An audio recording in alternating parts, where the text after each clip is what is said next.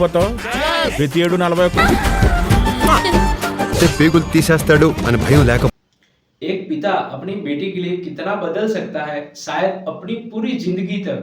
लेकिन अगर आप उसके अतीत का अंधेरा दोबारा उसकी बेटी के सामने आ जाए तो क्या वो शांत रहेगा या फिर उसके अंदर छिपा तूफान वापस जाग जाएगा। Hello guys, welcome back to my YouTube channel Filmy Hardik. Ravi Teja की फिल्म का नाम सामने आते ही दिमाग में तीन चीजें अपने आप आ जाती है, मास, एनर्जी और एंटरटेनमेंट। लेकिन इस बार कहानी थोड़ी अलग है।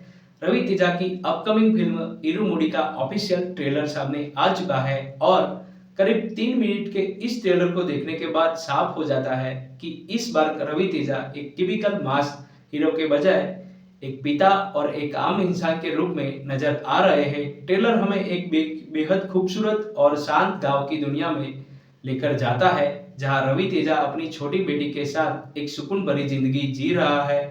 पिता और बेटी के बीच का रिश्ता इस कहानी का सबसे मजबूत इमोशनल पॉइंट दिखाई देता है। बेटी के लिए उसका पिता ही पूरी दुनिया और पिता के लिए उसकी बेटी ही उसकी सबसे बड़ी कमजोरी भी है और सबसे बड़ी ताकत भी है। लेकिन इस शांत जिंदगी के पीछे रवि तेजा के किरदार का एक डार्क पास्ट छुपा हुआ होता है। ट्रेलर से पता चलता है कि वो शराब की लत से जूझ रहा होता है और उसके अंदर का गुस्सा और हिंसा भी, यानी बाहर से अपनी बेटी के साथ प्यार से रहने वाला ये इंसान अंदर से अपने पुराने अतीत से लड़ रहा है। और फिर कहानी में आता है वो मोड़ जो इस पूरी फिल्म की डायरेक्शन बदल देता है। अपनी बेटी की वजह से रवि तेजा का किरदार शराब छोड़ने और खुद को बदलने का फैसला करता है। इसी के साथ अय्यप्पा दीक्षा लेता है और एक आध्यात्मिक सफर पर निकल पड़ता है। लेकिन दोस्तों, इरुमुडी को सिर्फ एक डिवोशनल फिल्म समझना सही नहीं होगा। यहाँ इरुमुडी उस सफर का प्रतीक नजर आता है जिसमें एक इंसान अपनी गलतियां और अपनी जिंदगी का बोझ लेकर आगे बढ़ रहा है और अपनी बेटी के लिए एक बेहतर इंसान बनने की कोशिश कर रहा है।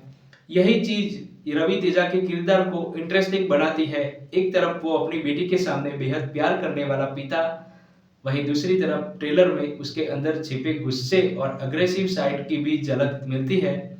और जैसे जैसे ट्रेलर आगे बढ़ता है, कहानी का माहौल भी इमोशनल फैमिली ड्रामा धीरे धीरे इंटेंस और सस्पेंसफुल होता जाता है।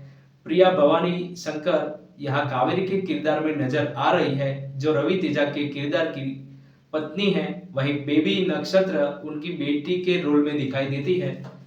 इन दोनों के साथ रवि तेजा की केमिस्ट्री ट्रेलर की इमोशनल बैकबोन बनती है।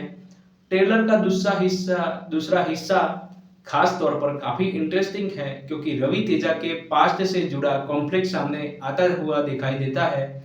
गांव का माहौल, अंधेरे विजुअल्स, हिंसा और रवि तेजा का इंटेंस लुक ये संकेत देता है कि उसकी नई जिंदगी इतनी आसान नहीं होने वाली।